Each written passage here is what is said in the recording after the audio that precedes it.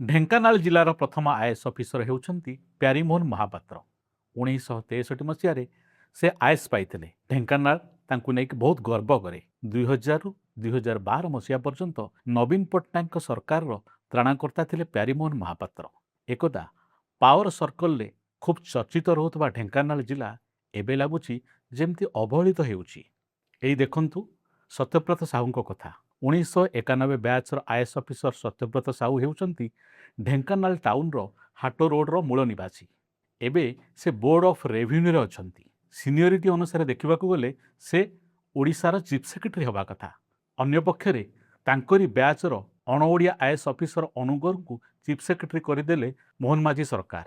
ଲାଗୁଛି ମୋହନ ମାଝୀଙ୍କ ସରକାର ସମୟରେ ଯେମିତି ଓଡ଼ିଆ ଅସ୍ମିତା ତାର ଅସ୍ତିତ୍ୱ ହରାଇ ବସିଛି। ଢେଙ୍କାନାଳ ଜିଲ୍ଲାର ଭୁବନ ଅଞ୍ଚଳର ପ୍ରଦୀପ ଜେନା ଅବସର ପରେ ଓଡ଼ିଶା ଇଲେକ୍ଟ୍ରିସିଟି ରେଗୁଲେଟ୍ କମିଶନର ସେ ଅଧ୍ୟକ୍ଷ ଭାବେ ନିଯୁକ୍ତି ପାଇଲେ, କିନ୍ତୁ ମେ 25 ତାରିଖ ଦିନ ନିଜ ପଦରୁ ଇସ୍ତଫା ଦେଇଥିଲେ। ଅଣଓଡ଼ିଆ ଶକ୍ତି ସଚିବ ଶକ୍ତିମନ୍ତ୍ରୀ କନକବର୍ଦ୍ଧନ ସିଂହଦେଓ ଏବଂ ଟାଟା ପାୱାରର ଏତେ ଲବି ରହିଲା ଯେ ପ୍ରଦୀପ ଜେନା ବାଧ୍ୟ ହେଲେ ଇସ୍ତଫା ଦେବା ପାଇଁ। ଓଇଆର୍ସିର ଅଧ୍ୟକ୍ଷ ଭାବେ ପ୍ରଦୀପ ଜେନା ବିଦ୍ୟୁତ୍ ଟାରିଫ ବୃଦ୍ଧିକୁ ବିରୋଧ କରୁଥିଲେ। ଅଯଥାରେ ଲୋକମାନଙ୍କ ଘରେ ସ୍ମାର୍ଟ ମିଟର ସ୍ଥାପନ କରା ନଯାଉ ବୋଲି ସେ ବାରମ୍ବାର କହି ଆସୁଥିଲେ, ଯାହାଫଳରେ କର୍ପୋରେଟ୍ ଲବି ତାଙ୍କ ଉପରେ ହାବି ହେଲା ଏବଂ କର୍ପୋରେଟ୍ ଲବି ଆଗରେ ମୁଣ୍ଡ ନୁଆଇଲେ ମୋହନ ସରକାର। ଓଡ଼ିଆ ଅସ୍ମିତାର ନାରା ଦେଇ ଶାସନକୁ ଆସିଥିବା ବିଜେପି ସରକାର ଏବେ ଅଣଓଡ଼ିଆମାନଙ୍କ ଦ୍ୱାରା ପରିଚାଳିତ। ଯେମିତି ଦେଖନ୍ତୁ ମୁଖ୍ୟ ଶାସନ ସଚିବ ଅନୁଗର, ଗୃହ ସଚିବ ହେମନ୍ତ ଶର୍ମା, ଡିଜିପି ୱାଇବି ଖୁରାନିଆ ଏ ସମସ୍ତେ ହେଉଛନ୍ତି ଅଣଓଡ଼ିଆ। କେବଳ ଓଡ଼ିଆ ଅସ୍ମିତା ନୁହଁ, ଢେଙ୍କାନାଳର ସ୍ୱାଭିମାନ ମଧ୍ୟ ହାନି ହେଉଛି।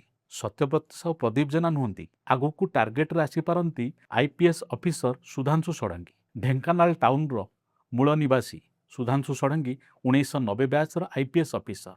ସିନିୟରିଟି ଅନୁସାରେ ଦେଖିବାକୁ ଗଲେ ସେ ଓଡ଼ିଶାର ଡିଜିପି ହେବା କଥା, କିନ୍ତୁ ଶାସନକୁ ଆସିବା ପରେ ସେଣ୍ଟ୍ରାଲ ଡେପୁଟେସନରେ ଥିବା ୱାଇବି ଖୁରାନିଆଙ୍କୁ ଡିଜିପି କରିଦେଲା ବିଜେପି ସରକାର।